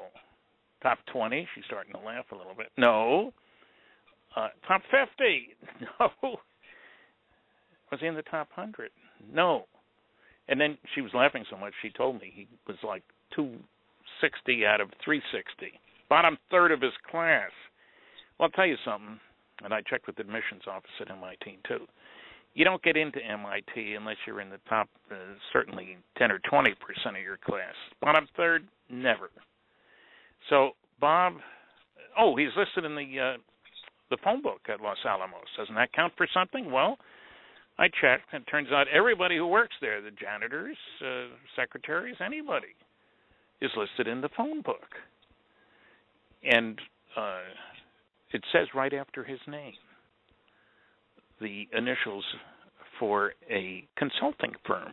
And it says at the top of the page for employees of Los Alamos, and it named a couple of other firms. And the initials there were one of the consulting firms. He worked out at the Maison facility, which is unique in the world. And professors come there, and they can't bring all their students to do the hard work. So Bob was a bright guy. He worked for some of those guys who came over there. But his stories about UFOs seem to have no basis in fact. Is there an Area 51? Of course there is. Are there UFOs there? I don't know. Maybe. the wreckage certainly from Roswell went to Wright-Patterson because there was no Area 51, and that's where you bring captured enemy stuff. So Bob is a sharp guy. He sells stuff in Michigan last time I heard. You can buy a little radioactive material from him, and he helped set up hydrogen-powered engines. He built a jet-powered car. As I said, he's a very bright guy. But he wasn't telling the truth. Okay, thanks for putting your take on that. One other, oh my God, there's so many things I could work with here that we could discuss. But oh yes, Bob Lazar's colleague John Lear, he has provided a lot of evidence to suggest that the mother of all UFOs, and he's not the only one. But what's your take on the idea that the moon is artificial? I have no reason to say it is, but I can't prove it isn't because I can't go up there and grab a piece and say it's just like this stuff down here. People have done that, and they haven't found anything really different. I've been at John Lear's house. Nice guy. He's quite a pilot. He's just checked out in loads of airplanes, and I admire that capability. It's not one or two planes. It's many, many more than that. And again, that's interesting fiction. It's not the first time anybody suggested that it's artificial. As a matter of fact, my line when people say, why didn't we go back to the moon after Apollo 17? I say, well, the guys up there said, stay the heck off our planet. Maybe it belongs to them. I don't know. There is discussion, of course, about Phobos, one of the moons of Mars, tiny little moon. And it seems to be hollow if you look at the mass. It's too light. And so if it's hollow, then it should be artificial, and somebody put it there. So it isn't too big a stretch to say, well, maybe our moon's hollow too, except our moon is one heck of a lot bigger and denser. And we've got a lot of data from the stuff that we've sent up there and the data it sends back. We have a lot of data on moonquakes. We left a seismometer up there, which is kind of neat. Nuclear powered, of course. Got to get in a plug for the nucleus. So I think John has a vivid imagination. Okay, since I was on the subject of moons being artificial, I might want to throw this out to you. I've also heard that Jupiter's moon Ganymede, Saturn's moon Iapetus, the biggest asteroid Ceres, and like you said, Phobos are also artificial from other sources. I mean, maybe that's something you could look into in your free time if you're not doing anything, but the problem is most people believe that. But I also, since I got that out of the way, you mentioned Area 51. It might interest you to know that Andrew Bartzis said, yes, there is extraterrestrial involvement at Area 51, and he also said that it's used for time travel technology. If you're not familiar with government time travel technology, I guess the conspiracy theory with Jesse Ventura episode on time travel would be a good place to start as a primer, and then you could go from there. But he did say it's ETs and time travel. But the whole thing about Area 51, there's been a lot of word that they've had to move everything from Area 51 to other locations because people are catching on to it. And if that's the case, then I think we should all be cheering and rooting for that they have to move their things to other locations because they fear that disclosure is near, because that's all the more sign that disclosure is near. But is there truth to the claim that Area 51 is being shut down, many parts of it, and it's being relocated to things they do there to other locations? Well, I've heard that some of the stuff that went on there has been moved up to a place where they do a lot of, I'll call them biological experiments, Dugway proving grounds. And it's not, they have signs that say use of, what's that fancy term? Deadly force? Not violence. Deadly force, yes. Deadly force is authorized. I know somebody who, when in the reserve, landed a helicopter there, and he was impressed by the tight security there, to say the least. I mean, he was there appropriately, but still concerned. So I don't doubt that there's stuff going on. I mean, people don't seem to realize the black budget, in a recent article, it was estimated, this is the budget that's off the books, not approved by Congress, is supposedly running $50 billion this year. That covers a lot of ground. That would, even at the high pay that physicists used to get, it covers a lot of ground. So who knows? I'm sure there are bases that we don't know anything about. And you can't fly over them. That's why the best pictures we have are from Russia, Area 51. What can I say? The government's entitled to keep secrets. And I should add that there is the myth that the Roswell wreckage was immediately sent to Area 51. It didn't exist until 1954. I mean, that's not much worse than the Air Force explanation for talk about bodies. Crash test dummies, they said. They think we're the dummies. I talked to the man who was in charge of the program. His picture is in the Air Force report, Roswell report. Case closed. We're smart. We figured out that we were dropping crash test dummies all over New Mexico, and that's why this talk about bodies. There are two serious problems. I met with the man in charge of the programs. Too bad the Air Force didn't talk to him. The dummies, for the test to be meaningful, were 6 feet tall and 175 pounds. In flight gear, because if you drop a dummy out at 40,000 feet, the flight gear affects the heating, the drag, the rate of fall, all this sort of thing. None of them were dropped until 6 years after Roswell. And how do you morph a 175-pound, 6-foot-tall dummy into a 4-foot-tall alien with a big head, especially when those dummies, when they hit the ground, they lose limbs. Arms here, legs there. Nobody's ever talked about recovering any limbs out there. And can anybody believe that a New Mexican rancher, for example, if he found one of these crash test dummies, would say, "Oh my God, we're being invaded by aliens"? How ridiculous. So it's another example. And, what really is bothersome is the New York Times carried the crash test dummy explanation in the Sunday paper, front page, above the fold, placement in the United States. Why didn't they talk to the guy I talked to? He wasn't hard to find. Like I said, his pictures, the Air Force had his picture and his name. He's dead now, I should add. But, so, there's a lot of malarkey out there. Wholesale, not retail. Yeah, there is. But one thing that a lot of people think is malarkey, but it's actually been something that could be used to answer a lot of questions, in particular about extraterrestrials I wanted to get into, was remote viewing. Now, Jim Marrs, in his book Alien Agenda, I read it. It's an amazing book, written in 1997. In the remote viewing chapter of his book, he talked about how CIA people were trained. People in the CIA trained remote viewers to read things, and among other things, they were able to envision alien councils of sorts. Maybe you've heard things like the Andromeda Council, the Galactic Federation of Planets, and whatnot, and different people gave remarkably consistent explanations about what the councils look like and what the structure, the ziggurat-like structure they were in, looked like.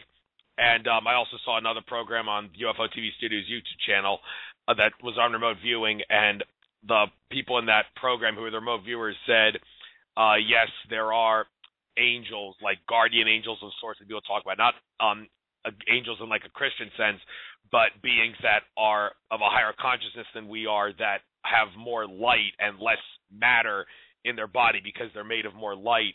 I mean, have you done any research on that subject, remote viewing, and envision aliens of higher consciousness as a result of remote viewing? Well, the first part, yes. I've looked at a lot of what I'll call it paranormal again. It's sort of a catch-all term, but yeah. And I would be astonished if an advanced civilization didn't know a lot about, much more, say, about telepathy and the spirit world and reincarnation and all this kind of stuff. We're beginners. We're barely out of the egg, so to speak, by comparison to the age of the neighborhood. So, I think remote viewing, I've talked to more than one viewer, as a matter of fact. And I was very impressed. And I'm just reading a book now, Psychic Intuition, by a woman who's a lawyer and learned sort of inadvertently that she had these capabilities. And it's a fascinating book. And and I would recommend it, Psychic Intuition, because apparently looking at all the channels by which we get information besides the so-called five senses, there's not a sixth sense, there's 100 more senses, there's sensitivity, if you will. And so I leave plenty of room for that. That doesn't mean I think everything is, alien councils or whatever. That's in my gray basket. I got a big gray basket, not black, not white. Maybe. Okay, a question in the chat room here. They ask if you remember the isotope detonation on the moon to take seismographic readings, and he also says NASA said they didn't explode anything on the moon. Do you know what he's talking about there? Yes. If you have, NASA's used for many years small little devices, radioisotope thermoelectric generators, RTGs, which, using plutonium-238, incidentally, can produce energy for dozens of years. And all our deep space probes use these. And as a matter of fact, when the astronauts went to the moon, they had one of these in a shielded little cask on the outside. They left it up there, set it on, and we got reports from the moon, radio transmission, of course, of seismic earthquakes. It had nothing to do with a nuclear explosion, for goodness sakes. Are people truly unaware that we have systems to produce energy from the nucleus without explosions? There's hundreds of nuclear reactors in the world. The Navy, as I said, has nuclear reactors. The aircraft carriers have them. And these RTGs. I've worked with them, as a matter of fact, had to measure the radiation coming from them to make sure that the Pioneer spacecraft wasn't measuring that as opposed to the ambient radiation from the surroundings. And so there's no games being played there. There was a seismometer, more than one, actually, on the moon that sent back signals. An interesting correlation between the position, there were more earthquakes when the sun and the moon were in a certain, when the Earth and the moon were in a certain orientation with the sun, bothering the surface of the planet, or the planet itself. It happens down here too.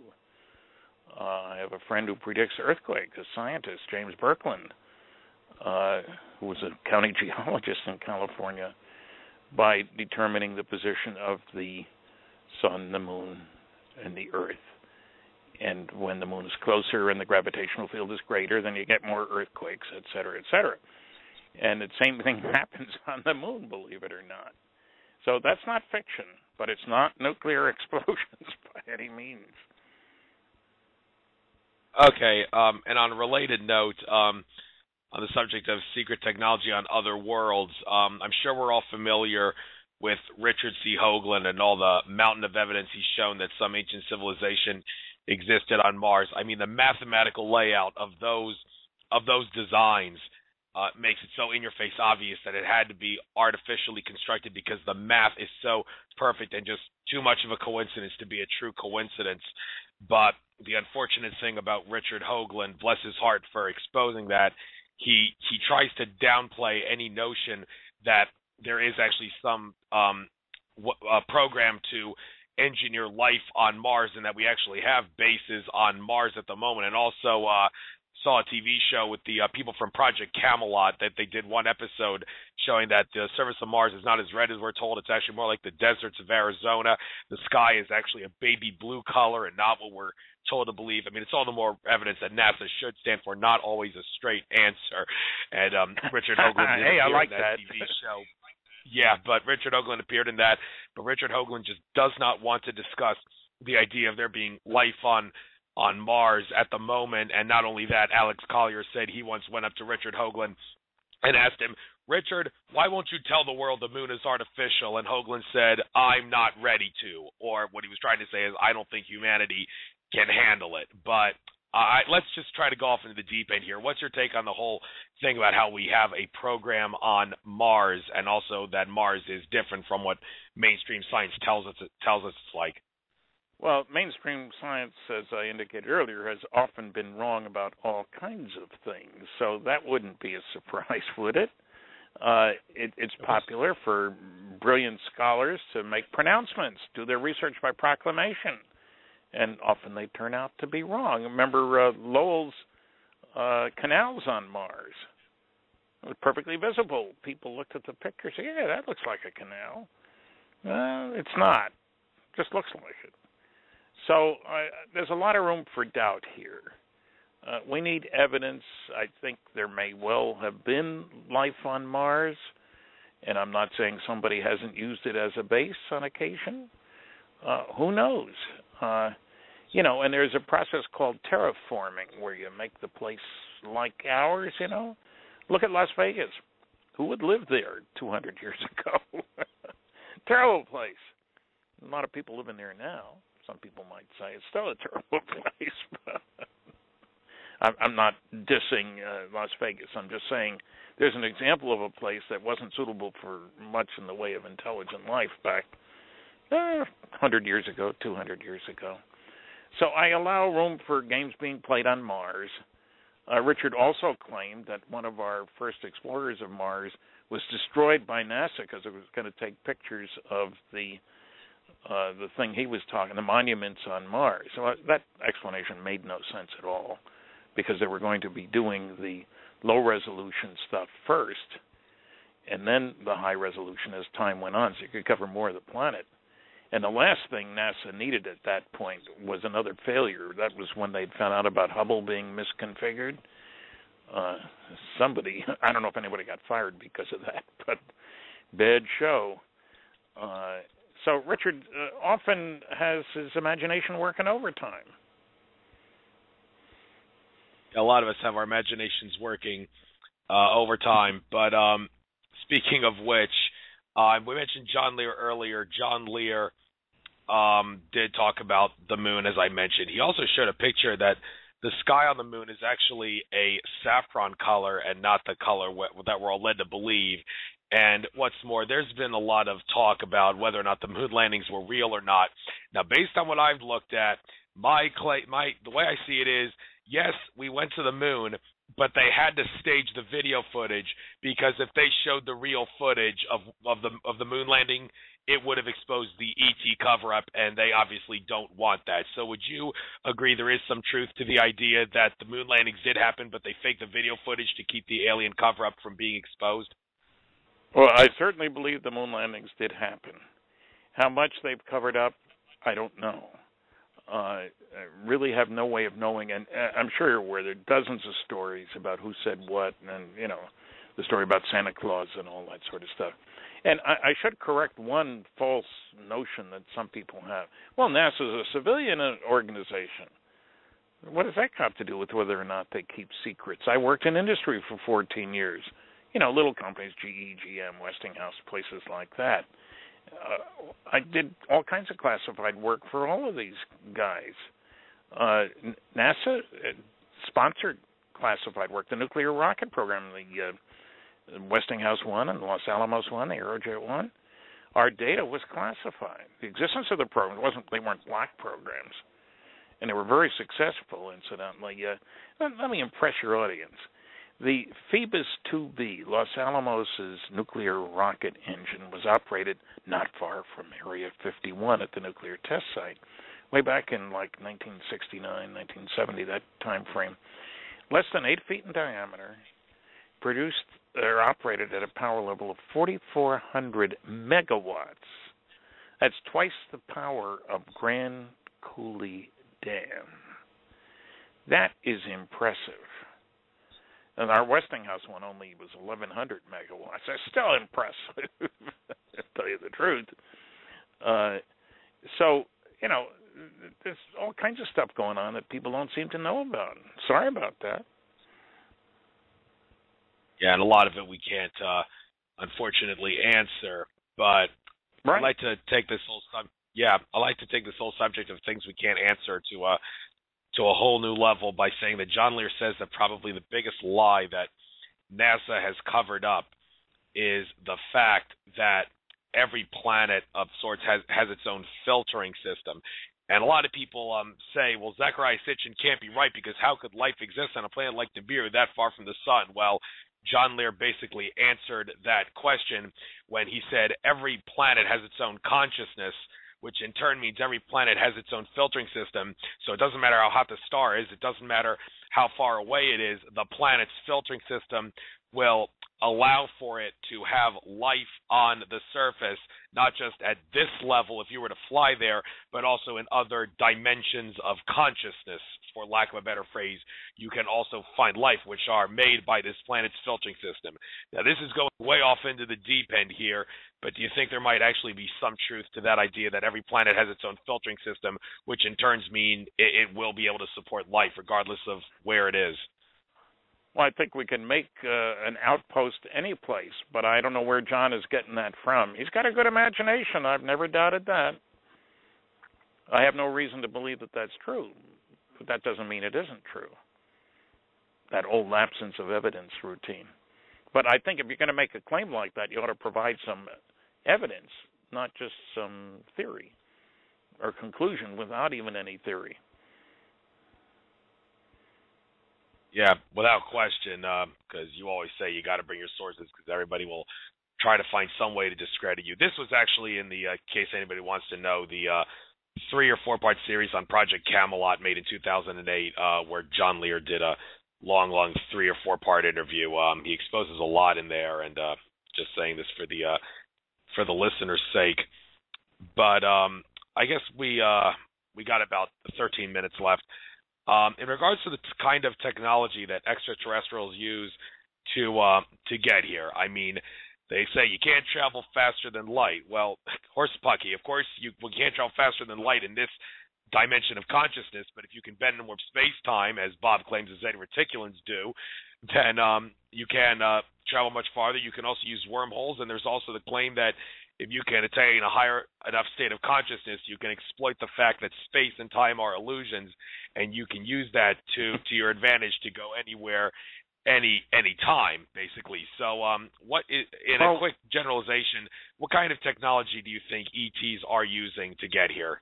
The system, the mothership, star to star, so to speak, and then what happens in the atmosphere. 2 very, very different environments. Just like that nuclear-powered aircraft carrier was talking about, carries 75 little gasoline or jet fuel-powered airplanes. They can't operate on the water. The carrier can't operate in the air. Carrier runs for 18 years without refueling. The airplane's, 2 hours if you're lucky, I guess. What people want is half an Einstein. They keep reminding us that you can't go faster than the speed of light, it says here in small print. However, they forget that Einstein also said as you get close to the speed of light, time slows down for things moving that fast. That's been demonstrated experimentally by means of the cosmic rays that come and hit the top of the atmosphere and produce new particles, and their lifetime is very different from what it would be if Einstein weren't right. So at 99.99% of the speed of light, you can go 37 light years in 6 months, pilot time, go out, come back, marry your granddaughter's best friend. Hey, it's great. The gift of immortality. And that's without getting exotic. It only takes, here's a question to ask professors. I've done this. How long does it take at 1g, the force of gravity at the surface of the Earth, to get to the speed of light? Multiple choice question. 1,000 years, 100 years, 10 years, 1 year. The right answer is 1 year at 1g to get close to the speed of light. So if you know how to go fast, less than a year to get close to the speed of light, and you take advantage of time slowing down. That's a neat trick. I'm not saying there aren't other ones. We don't know all there is to know. Isn't that amazing?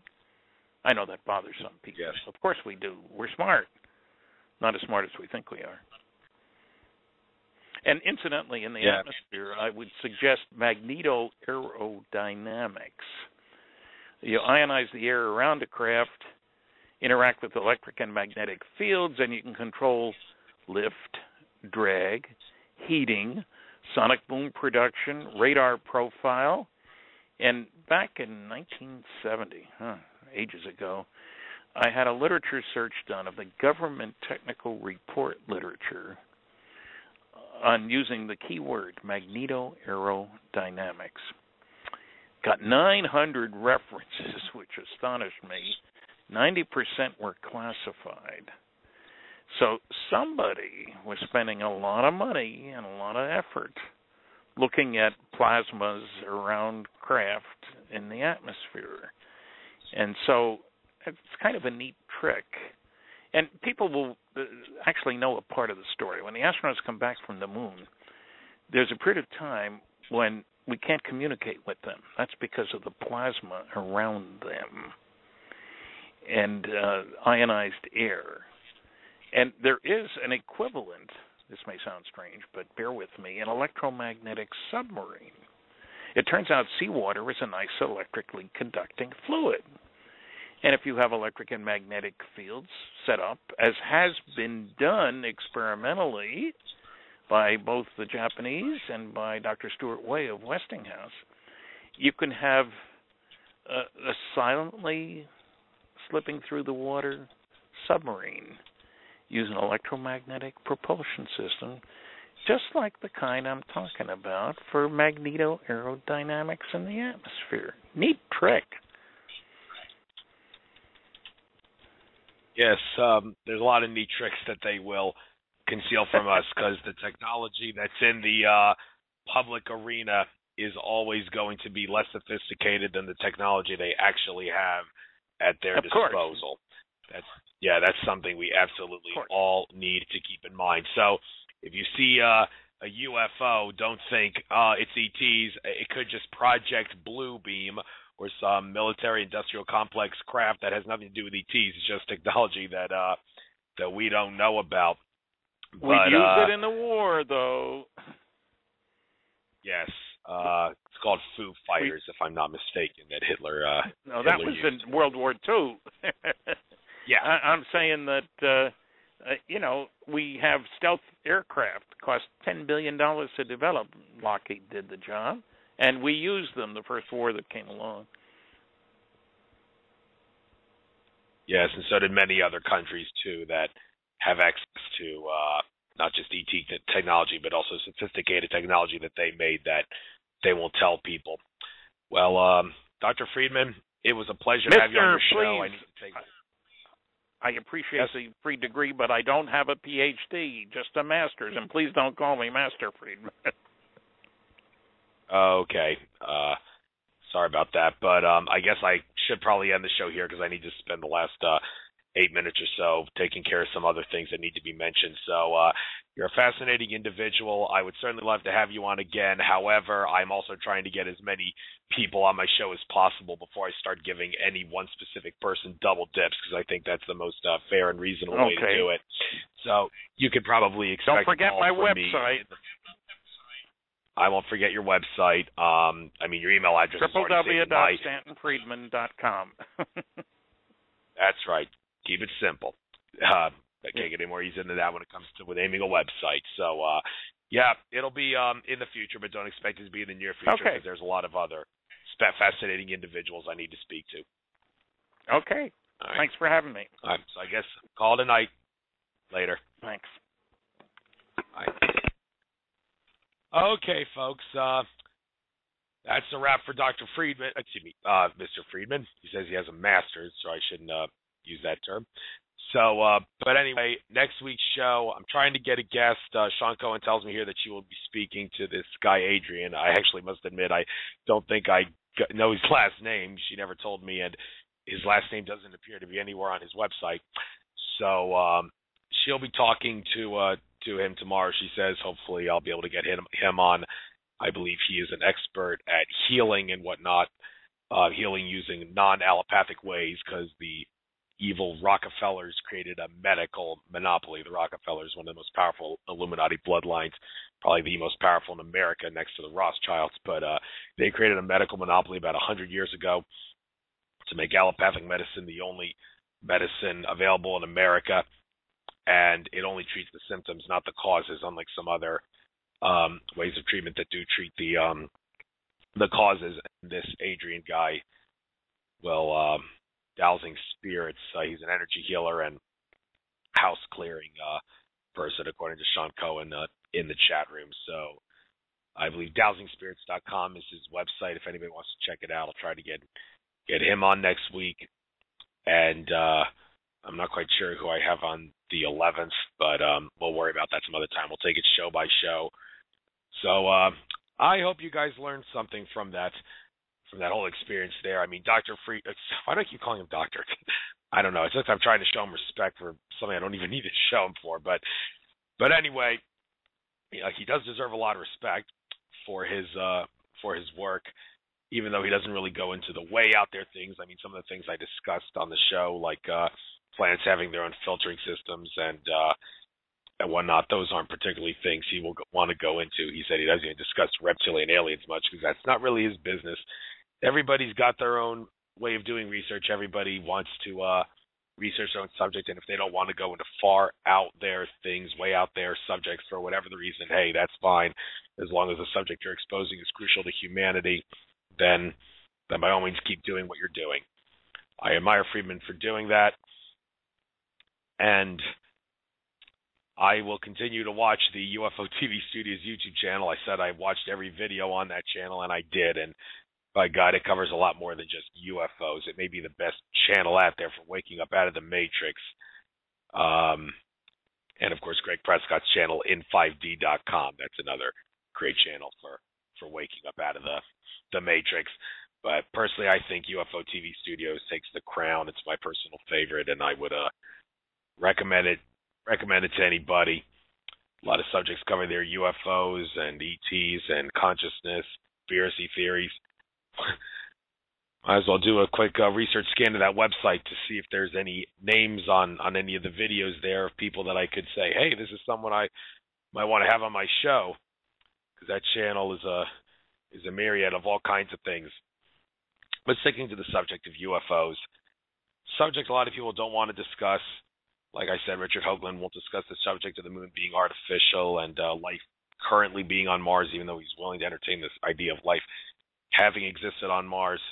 So give him a lot of credit for that one, for willing to expose the past evidence for life on Mars. But hey, love him, hate him. He's too, well, I don't know what, if it's fear or just reluctance. But whatever the case may be, I created this show to try to unify people into a collective whole of many different fields of research into a collective whole. And it's possible that some people may not call into this show because they see that the way I advertise it, they want to discuss way out there things, and as a result, they will. I want to call my show because they think it might discredit them. Hopefully, that won't happen. Oh, by the way, Sean Cohen writes here that Adrian Incledon Weber is his full name. Incledon Weber. That's a hyphenated name. Incledon first, Weber second. Wonder if it's actually pronounced Weber. Because in a lot of languages the W is pronounced like a V. But whatever his name is, names aren't important. Name is like a rose, and it only smells as sweet as you are. It's the person that counts, not the name. But okay, I'm digressing. Point is, I guess I might as well close by saying I hope you all learned something. This Stan Friedman is a fascinating guy. That's why they give him a lot of prominence on the UFO TV Studios YouTube channel. If there's 3 documentaries I recommend on that channel that feature him, it's Flying Saucers it's a 2-part series, Flying Saucers Are Real, Volumes 1 and 2. It's like 3 hours worth of watching, maybe a little longer, but it's definitely worth your time. It was hilarious to see Stan Friedman put those papers up that said deny en toto and we're all blacked out. I mean, well, how can you say the government can't keep secrets when they so obviously keep secrets in front of us? That's something to consider. Well, and there's also that video that has the word smoking gun in it, even though it's not actually a smoking gun, as Stan wanted to tell me. He doesn't like to use the word smoking gun. That's another video on the UFO TV Studios YouTube channel. I'd recommend that's specific to him. But that does it for this episode of Nature of Reality Radio. Hopefully I will be on with Adrian of Dowsing Spirits next week. If not, I'll just do a show all by myself. And please, people, call in. This show will be going on YouTube, by the way. Namaste, everybody. Have a wonderful Thanksgiving and a happy Christmas season.